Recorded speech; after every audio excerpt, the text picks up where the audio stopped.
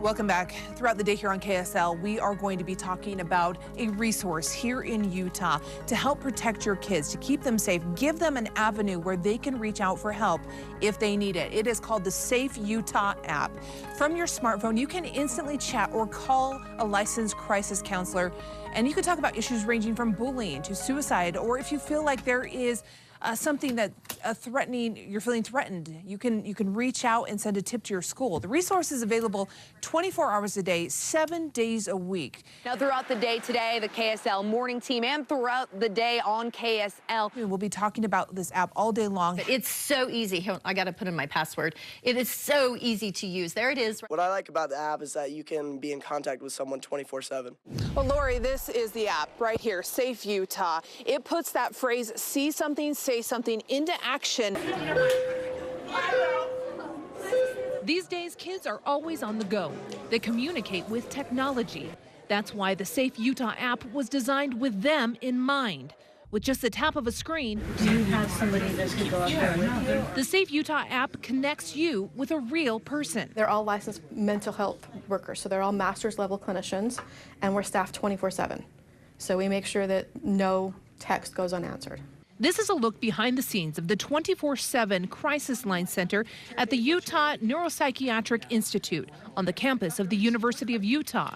These are the people Okay, I can get you over to... on the other side of the app. We try to respond within 2 minutes or less. The app allows a person to text, call, or submit a tip, and it's anonymous. Since the app launched in 2016, 19,000 Utah students have used it. A lot of them are just reaching out for somebody to talk to, somebody to listen to them. And the crisis clinicians aren't the only ones ready to respond. What's up? How you doing? Doing good. Tips also go right to the schools. Because it is 24/7, there have been a multitude of times where, as the principal, I'm taking phone calls on a Sunday evening, a Saturday night, all hours of the day, and getting, reports. 86 times a school threat has been foiled thanks to a tip sent in on the Safe Utah app. Principal Brian McGill says the app gives students a safe space to voice a concern, knowing someone will always respond. And when we have reports of concern that happen to involve my students, I take the initiative as the principal to actually reach out and contact parents when we have cause for concern. Tonight, keeping our kids safe is top of mind for Utah leaders. Since that deadly Florida school shooting, there have been a string of school threats right here in Utah. Just this week, there have been 4 separate investigations of threats at different schools. Police confirm investigations at Bucks Elder Middle School, Eastmont Middle School, Wasatch High School, and today, Springville High School. These investigators have led to at least 2 students arrested, another cited. And those threats are just a few of the dozens that law enforcement have seen in the past couple of years. Since 2016, there have been 86 planned attacks on Utah schools that have been stopped. News specialist Nicole Val explains just how serious law enforcement is taking this. Nicole? Yeah, it's a really important message. All levels of law enforcement really warning Utah students that no threats of violence of any form will be taken lightly. In 4 days, 4 different Utah schools investigate threats, all based on verbal comments or posts to social media. All 4 threats deemed baseless, but law enforcement says joking or not, threats are serious. These aren't jokes. News specialist Jed Bull shares success stories that highlight why it's so important for us to download this critical tool right now.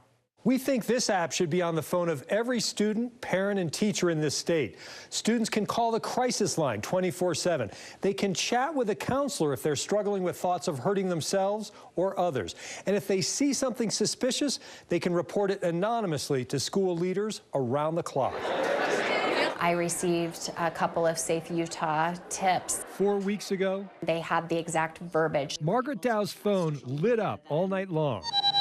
That had been posted on the social media. How are you guys doing? The Jordan High School principal and critical district personnel were getting Safe Utah alerts. Saying, hey, I just read on Snapchat that this is going to happen. Are we going to be okay? A student spotted a threat online. There was a student that was going to come and shoot up and or bomb the school on Friday during our assembly. Students and parents used the Safe Utah app to raise a red flag. I think they did it because they had no idea how else to contact me. Like, it's 10:30 at night. I mean, these tips were coming in all through the night. As rumors of the attack spread, kids were nervous about going to school. Using the Safe Utah app in the middle of the night, Dow alerted the school community that the threats were unfounded. So I just literally in those responses said, this is the principal, this is Mrs. Dow. I am very aware of this situation. We are taking care of everything. I have the police involved. We will make sure that every student is safe when you come to school tomorrow. You know, the notion of it can't happen here is no longer a notion. How can anyone learn in an environment where they are afraid? No more silence! End gun violence! These are our lives at stake. Those threats have doubled since Parkland. We're seeing so much anxiety about coming to school. We all know that in order for learning to occur, we have to have safe schools. Where are the possible solutions? With the program we have in place, something like that is virtually impossible. There's no way to get into these doors. There is no one-size-fits-all. It's not cheap. Our app is really unique. Yeah, if anybody can fix this issue, I would trust the people of Utah to do that.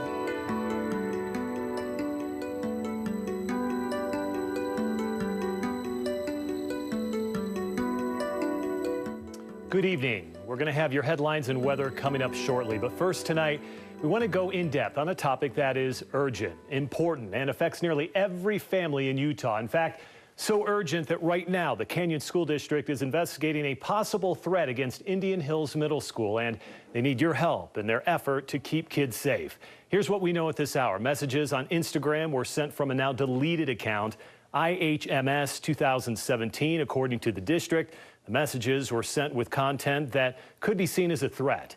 Schools in Virginia are working to get in front of those kinds of warning signs. Specially trained threat assessment teams are active in every school, monitoring the mental wellness of kids who are in crisis. We sent John Hollenhorst to the East Coast to see exactly how it works. In the aftermath of the Parkland massacre, one thing about shooter Nicholas Cruz stands out loud and clear. His brooding anger, disturbing behavior, and violent threats raised red flags all over the place. We all knew as soon as it happened, as soon as we found out what was happening, that it was this kid. That is, when a student makes a threat, that's really a red flag that they're frustrated, upset, something has gone wrong. Professor Dewey Cornell of the University of Virginia has been studying school violence for 2 decades. He believes the standard campus approach to threatening behavior, zero tolerance and expulsion or suspension, is counterproductive. We've seen in a number of school shootings that kids were alienated, angry, upset, and then excluded from school, which only gave them more time to become resentful and plan and prepare an assault. Instead, Virginia lawmakers in Richmond adopted a decidedly different approach. Every school, K-12 and college, is required to have threat assessment teams standing by. It can help resolve the underlying concern. When a concern or threat is reported, the team evaluates the student's trouble and decides what, if anything, needs to be done. We sometimes identify people that have legitimate grievances. They are being bullied, they are being harassed. The team gathers as much information from as many sources as possible, so that all that information synthesizes and they can find the best and most appropriate intervention in the child's life. Only rarely does it require calling in the cops. Each team has the expertise to refer the student to counseling or mental health services or to grapple with personal issues that are provoking tension. Once the children understand and feel as though they're supported and they have a pathway, I've never seen it not work.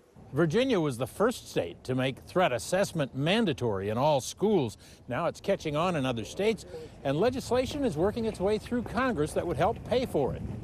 Ryan Petty lost his daughter, Elena, in the Parkland shooting. He and his son, Patrick, are now lobbying lawmakers to act on the human side of the equation instead of endlessly arguing over gun control.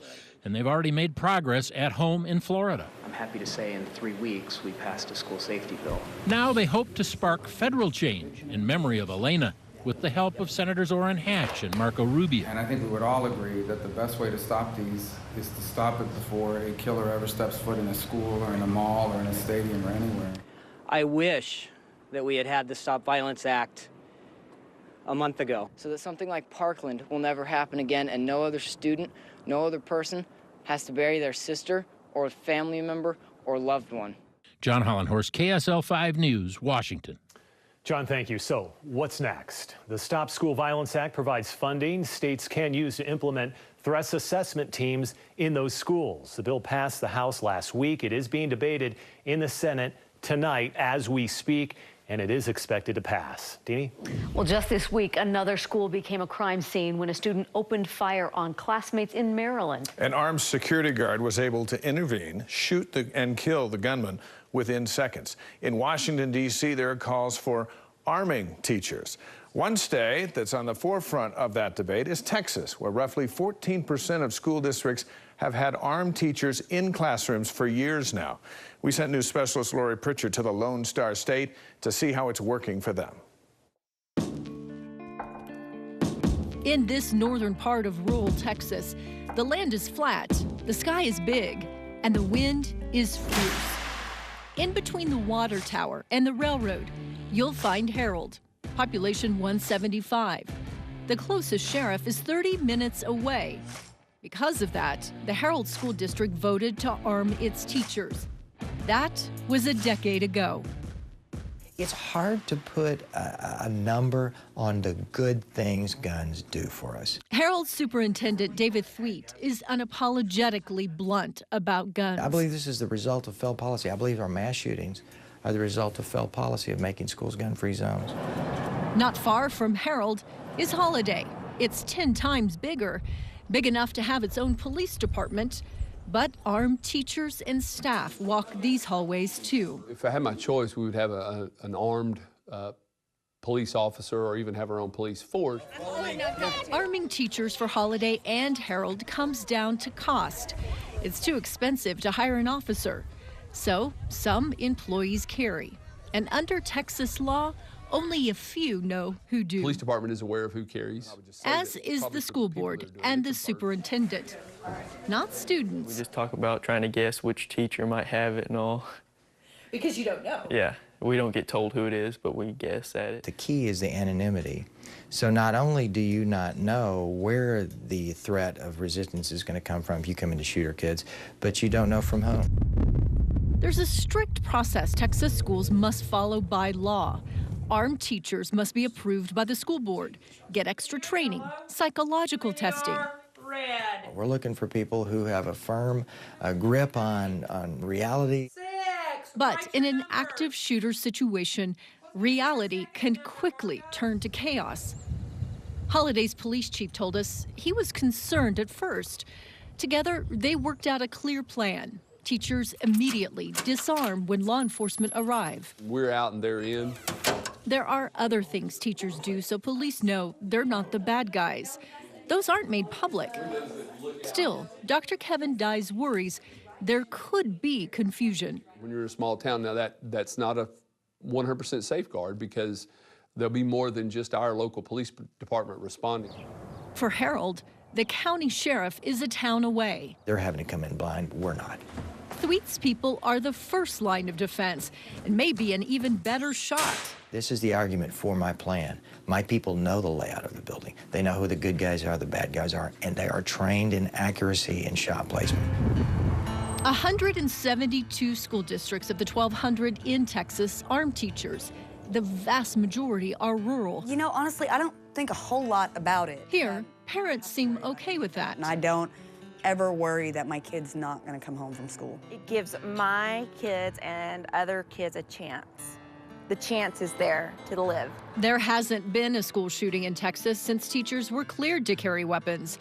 But Dr. Dyes warns guns are only a tool, not a deterrent. We need to do some things to ensure the safety of our students and our staff. No, it's not an end-all, be-all. It's not a magic bullet. Not everyone is happy about arming teachers in the state of Texas. I spoke with the Texas Association of Teachers. They represent 600,000 teachers. Their spokesperson told me you don't reduce gun violence in schools by adding more guns. From high tech to low tech, we went in search of what's being done and what's working in our schools. Once students are in place for their school day, Pony Express Elementary is secured. Exterior doors locked. Hi, how can I help you? Hi, just here to check out my child. And a video camera system allows the school secretary to see who they're talking to. Okay, watch for the green light and come on in. Before buzzing the door. And then they come straight into the office with an ID ready. In the Alpine School District, work is underway to build similar systems and beef up security in 36 elementary schools this year. The more that the school can do to help them feel safe and to help them feel like they are in a secure environment while they're here, the better. Secondary schools in Alpine are also being outfitted with camera systems, and school resource officer programs are expanding. Yeah, Dave, we were there for the very first meeting of the Utah School Safety Commission. And this is what is the opposite, you might call it, to a knee-jerk reaction to a school shooting. This group plans on months of private debate so that only the best ideas move forward. If anybody can fix this issue, I would trust the people of Utah to do that. We are more kind and considerate. We are more service-oriented than most of the people in the country. Representative Mike Kennedy's betting this brand new commission will show the nation how it's done. My passion in law enforcement. KSL had the only camera there as the small group met privately for the first time. They can actually honestly speak about why things don't work or why they do work. Looking into how the Safe Utah app is drawing attention from around the country and what you can do to bring it to your school. Let's take a look here. In the past 3 weeks, the Crisis Line Center at the University Neuropsychiatric Institute has nearly doubled its intake from about 75 tips and chats per day to 130. Okay. Mental health professionals working around the clock is one big reason other states are taking notice of Safe Utah. They're very interested because our app is really unique in terms of it's really has a preventative function to it. We have the live chat function, and it's the only one like it that we know of. Idaho, Illinois, and Georgia have reached out about the Safe Utah app. As Utah searches for solutions to gun violence, special court orders may be a common-sense way to prevent suicides, murders, and mass shootings. The orders allow law enforcement or family members to petition a judge to take someone's firearms away if they pose an extreme risk. 5 states have passed versions of these gun violence restraining orders, and as many as 30 states are considering or have considered similar laws. We sent KSL's Mark Stevens to San Diego for more. In the puzzle of potential solutions to mass shootings, the newest piece may be found here in California. San Diego City Attorney Mara Elliott has given gun violence restraining orders top priority. We don't have to wait for a crime to occur. Her office has gotten 15 approved in the last 3 months. There are enough indicators that there potentially could be a danger if this person continued to possess a gun or have the ability to get custody of a gun, then we can act. Before it existed, judges could only take away a person's guns if they had been convicted of either a felony or a domestic violence crime. Now, with the restraining order law, police, family members, or housemates can petition a judge to take someone's guns away for a year if they feel the person is a threat to themselves or others. The judge will hold a hearing within 3 weeks to determine if the 1-year restraining order is needed. And I know these parents are trying hard, but I think they're just really scared. Tonight we tackle a difficult topic any parent would have trouble addressing: teen suicide.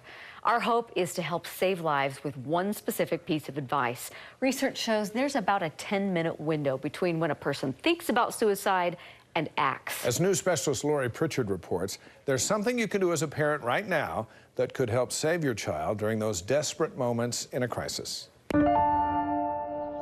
Just happy, excited to be here. Oh my gosh, adventurous, loved the outdoors. We didn't know that he was at risk at all. We honestly thought it was just him being a normal teenage boy. And all of a sudden in one night that changed for him. Everything. Sherry Elliott and Catherine Voute share a story. It's heartbreaking. It's really heartbreaking. It was a nightmare. Their sons, Avery Curtamus and Chandler Voute, both died by suicide. It was, such a shocking thing to find your child, and knowing that you can't do anything. Both were 15. In that blink of an eye, it was over. Both used a firearm. As we turned the corner and saw all the emergency vehicles, it just hit me, and I knew that he was gone. Our firearm was locked up, but he managed to take the key off the key ring and obtain the firearm and load it, and took his own life. That's the leading method. That's the method that accounts for more suicides than in all the other methods combined. Harvard researcher Kathy Barber has been studying suicide prevention for nearly 20 years. She's now focused on Utah. Barber's team was tapped by the governor's suicide task force to find out why youth suicide here has tripled in the last decade. There's so much that's hard with suicide prevention, but this is the real easy thing. And what lawmakers have learned from Barber's team so far. One thing I've learned is that parents that will take the steps to secure their firearms will have a great chance of saving their child from death by suicide. Teenagers are much more likely than little kids to get into the guns. Utah's youth suicide numbers prove it. In the last 3 years, about half of the 10 to 17-year-olds who died by suicide in Utah died by using a firearm. Barber's team will give a full report to lawmakers in August, but they're already acting on her recommendations. Keep your guns and ammo locked up safely. Locked up safely. A PSA is out, now warning Utah parents. State Representative Steve Elison says gun locks, even biometric safes, have been proven to save lives. We know that 9 out of 10 people who survive an attempt will not go on to die by suicide. But if they use a firearm, very few of them survive. So that's why it's so critical to keep them locked up. And suicide prevention educators and community activists are also joining in. If you have a family member who's struggling, please get the gun out of the home. Neither of these moms thought their child was at risk of suicide. To this day, they don't really know why. These adolescents need to know, that they're not alone, that they're loved, that they're wanted.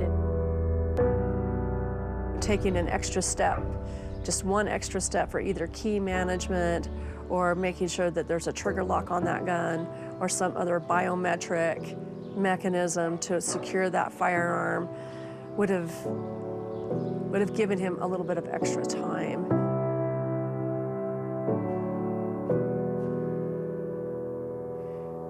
We here at KSL are committed to helping you to protect your family. And as Kathy Barber said, there is a lot about suicide prevention that is hard. This is the easy part. Here's the gun lock right here. Tomorrow, we will be fanning out across the state from Ogden to St. George, giving away these gun locks free. We learn about an essential list of resources parents can offer their students before walking onto campus this year. Will you get me a plate, please? Yes. Mother dearest. Some days, 14-year-old Jade Godfrey is your typical teenager. She makes me do my chores. I don't like that. I don't like doing chores. But unlike some teens, she shares an especially close relationship with her mom, Brianna. She's great. I can talk to her. Like a lot of people, they're like, I don't tell my parents everything, but like I literally tell my mom everything. This relationship makes it easy for Brianna to emotionally prepare her daughter for the 9th grade at Fort Harriman Middle School. My 6th period is drawing. Their back-to-school plan this year is about more than helping Jade find her locker. Miss Colvin, yeah? It includes providing for her kids' emotional and mental health. You're taking care of yourself. Brianna and her husband have a family meeting each month with their kids to check in on their well-being. It's okay to be sad, but if you're sad for too long, let's talk about it. She downloaded the Safe Utah app with her daughter and taught her how to use it. So this isn't just for you. This is if you're concerned about anybody at your school as well. After nearly every school shooting, people look back after the fact and realize there were warning signs that everyone missed or didn't take seriously. The state of Utah is now moving toward a mental health approach designed to catch those red flags and do something about them before the tragedy takes place. Science and nature specialist John Hollenhorst has the story in our continuing series, In Search of Safe Schools. In the aftermath of the high school shooting in Parkland, Florida, the Utah legislature set up the Utah Safe Schools Commission. The commission issued its report in June. I would say the most important recommendation, and we prioritized them, so this was the one on the top, from the Utah Safe Schools Commission was what are called threat assessment teams, or we could call them mental health teams. Representative Ray Ward is carrying the ball into the next session of the legislature. His bill will require those teams in every school and provide funding for more mental health professionals. It's similar to Virginia's approach. We traveled there in March and found strong support from experts. Students and teachers report feeling safer and more positive about their schools using a threat assessment approach. Ward's bill will spell out the makeup of each threat assessment team. It's a school administrator, and it's a representative of law enforcement and it's a mental health professional. Anytime a threat is reported or perceived, the team would meet. But to understand the level of the threat is the purpose of the team, together with having the tools to respond. Those tools might include a law enforcement solution, but the team could also decide to help a troubled student with counseling, therapy, or social services. It's not easy measuring the success of a school safety program. After all, how do you count up the number of mass shootings that didn't happen?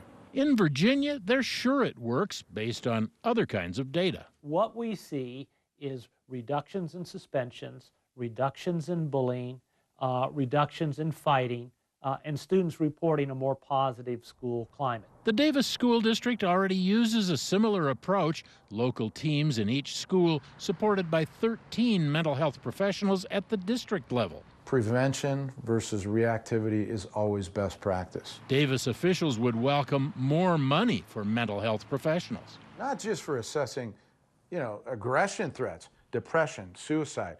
It fills a number of roles there. Right now, the district's 13 mental health workers are stretched across 90 schools and 74,000 kids. John Hollenhorst, KSL 5 News, Farmington.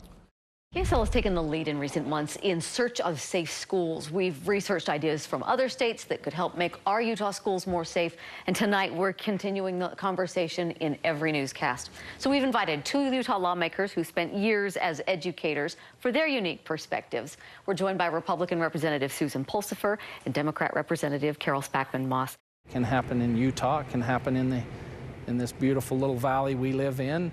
Could happen to us. And while neither threat materialized, that helped us really make the decision. Wasatch School District held an emergency meeting and took action anyway. We have to do more to protect our children. All of the Superintendent Paul Sweat says changes for this school year include they will all lock down a secure front entrance at Wasatch High, meaning not just anyone can walk through the doors. Plus, employees can lock down the school with a flick of their badge. Any kind of a lockdown emergency, with a double click of an employee badge, we can lock this whole school down immediately. Another change, bullet-resistant film added to the windows of one elementary school. A bullet will go through it, but it won't shatter and collapse. It could stop a gunman from shooting out windows.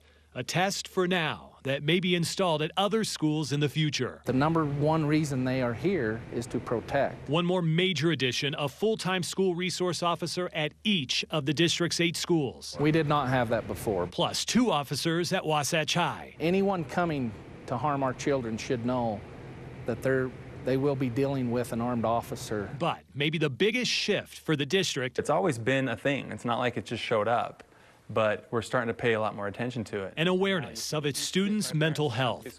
And Dr. Ben Springer says that is a huge step forward. If there's an upside to the tragedies that have been happening nationwide and locally here in Utah, particularly with the suicide rates, it's this awareness. Springer says Wasatch District has a school counselor in every building, 2 school social workers, and 3 school psychologists.